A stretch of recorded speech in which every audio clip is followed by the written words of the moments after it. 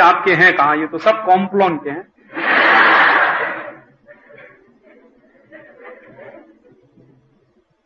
और हम क्या पागलपन करते हैं कि रोज रोज ये जब देखते हैं टीवी पे कॉम्प्लॉन का जाहिरात, बूस्ट का, हॉर्लिक्स का, प्रोटीनेक्स का, बॉर्नविटा का, तो खरीद लाते हैं, फिर पीना चालू करते हैं। 1 डिब्बा खाते हैं, 2 डिब्बा खाते हैं, 3 डिब्बा खाते हैं, शक्ति कुछ आती ही नहीं, क्योंकि शक्ति है नहीं किसी में। तो पैसा भी बर्बाद होता है, पागल भी बनते हैं और इडियोसिटी सीखते हैं। तो इसलिए तुमको अगर शक्ति चाहिए, तुमको लगता है कि हमको शक्ति चाहिए, तो बूस्ट कभी नहीं खाना, हॉर्लिक्स नहीं, कॉम्प्लॉन नहीं, बॉर्नविटा नहीं, तो क्या खाना? केला खाना दूध के साथ।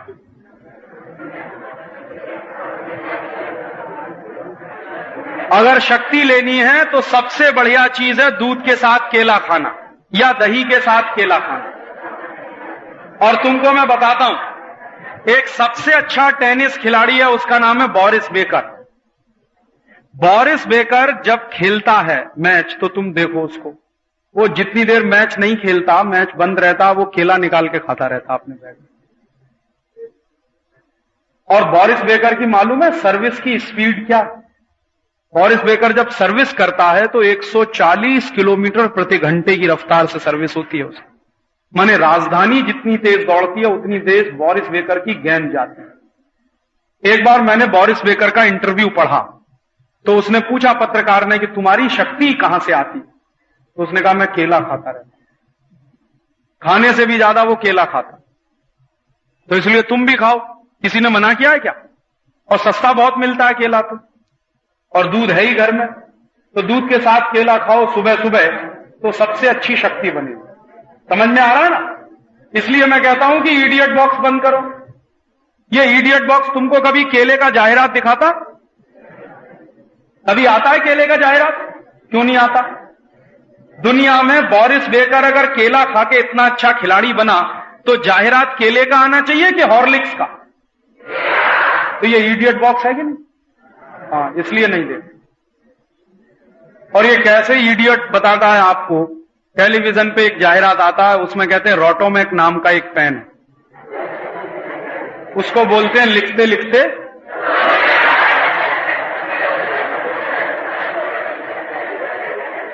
अब ये बताओ, ऐसा भी पेन दुनिया में आता है जिससे लिखते लिखते सब हो जाए?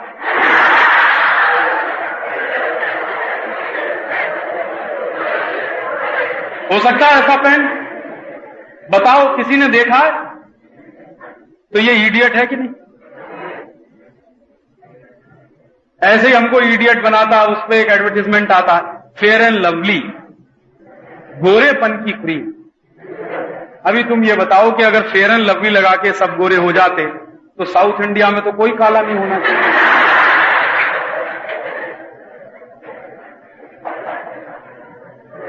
ऐसा हो सकता है कभी? मैं ऐसी बहुत सारी महिलाओं को जानता हूं जो 20 साल से फेयर एंड लवली लगा रही हैं, काली की काली ही।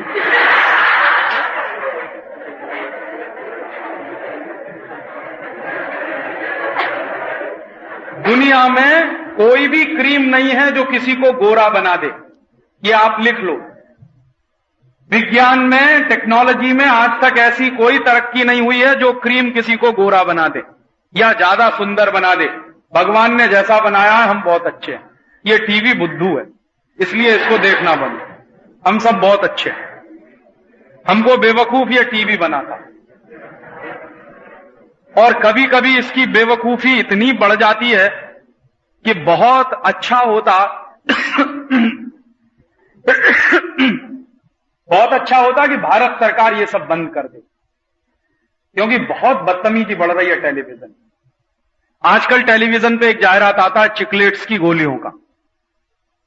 उसमें दिखाते हैं एक लड़का है बहुत मोटा, दिखने में बहुत ही बदसूरत, वो आता है चिकलेट्स की गोलियां लेकर एक लड़की को देता, लड़की उसके पीछे पीछे चल देती।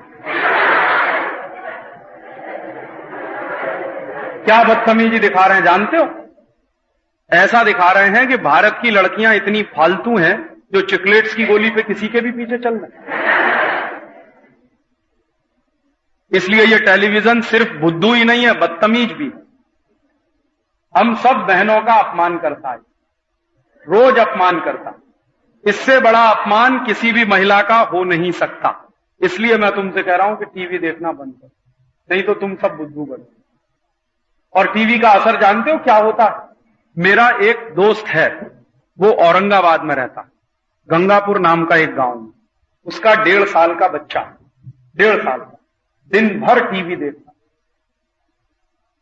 सवेरे से टीवी चालू हो जाता है, रात वो तब सोता है जब टीवी बंद होता।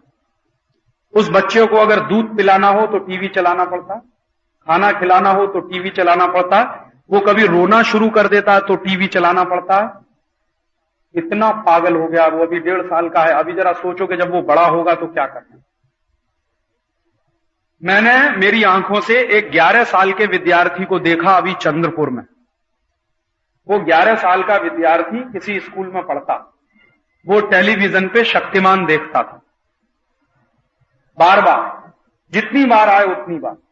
एक दिन उस विद्यार्थी को ऐसा पागलपन सवार हुआ कि छत पर से गोल गोल घूमते हुए कूद गया, जैसे शक्तिमान कूदता। नतीजा क्या हुआ? उसके दोनों पैर टूट गए और हमेशा के लिए पैरालिसिस हो गया। अब सोचो, और वो 11 साल का जो स्टूडेंट है ना, वो टॉपर स्टूडेंट है अपने स्कूल का, कभी भी फेल नहीं हुआ, हमेशा फर्स्ट क्लास फर्स्ट आता है, क्लास में आता है, स्कूल में सबसे ज्यादा नंबर आते हैं। लेकिन टीवी देख देख कर इतना पागल हुआ कि छत पर से कूद। ऐसे ही पिछले साल अहमदाबाद में एक दुर्घटना हुई थी।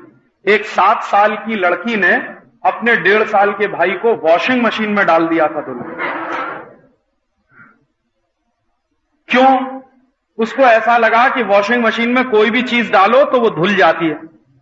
तो वो उसका जो भाई था थोड़े काले रंग का था, तो उसने डाल दिया धुलने। अभी सोचो वो कितनी पागल हो। और ऐसे हमारे यहां, मेरे अपने इलाहाबाद के पास एक शहर है लखनऊ। लखनऊ में क्या हुआ, एक 4.5 साल का बच्चा, अपने पैर में उसने एक दिन रस्सी बांधी और छत पर से उल्टा कूदा। जैसे थम्स अप का विज्ञापन आता था ना, बंगी जंप, वैसे रस्सी बांधकर वो उल्टा कूद गया, सड़क पर गिरा, सिर फटा और मर गया। ये होता है टीवी देख देख।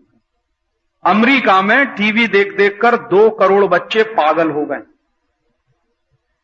और अमेरिका में 24 घंटे टीवी चलता है।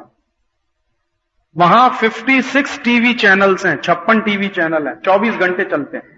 तो बच्चे रोज रोज टीवी देख देख कर कैसे पागल होते हैं।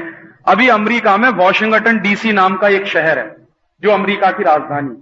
वहां एक प्राइमरी स्कूल में कक्षा 5 के 2 विद्यार्थियों ने अपने स्कूल के 5 बच्चों का मर्डर कर दिया राइफल से।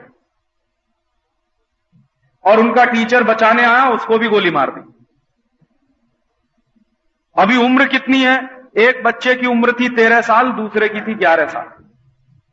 पुलिस वाले दोनों को पकड़ ले गए। अभी दोनों बच्चे वहां जेल में हैं। उनसे पूछा गया कि तुमने ये मर्डर क्यों किए? तो उन बच्चों ने कहा कि रोज हम टीवी पर ऐसा ही देखते हैं, तो हमने किया। देखो कैसे पागल होते हैं बच्चे टीवी देखते। और यूरोप के बच्चे तो अमेरिका से भी ज्यादा पागल हो रहे हैं अभी टीवी देखते। तो तुम चाहते हो कि पागल बन जाओ? इसलिए टीवी नहीं देखना कभी।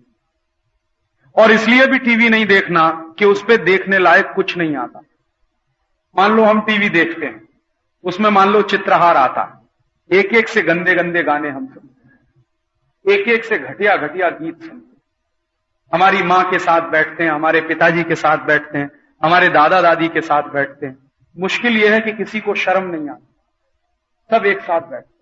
मां बाप को शर्म नहीं आती अपने बेटे बेटियों के साथ बैठकर चित्रहार। इतने पागल हम हो गए हैं कि अपने जवान बेटे बेटियों के साथ जो नहीं देखना चाहिए वो सब बैठ के देखते। और चित्रहार में कभी गीत नहीं आता वंदे मातरम, चित्रहार में कभी गीत नहीं आता मेरा रंग दे बसंती चोला, चित्रहार में यह गीत कभी नहीं आता विजयी विश्व तिरंगा प्यारा झंडा ऊंचा रहे हमारा। चित्रहार में सिर्फ गंदे गंदे घटिया घटिया गीत।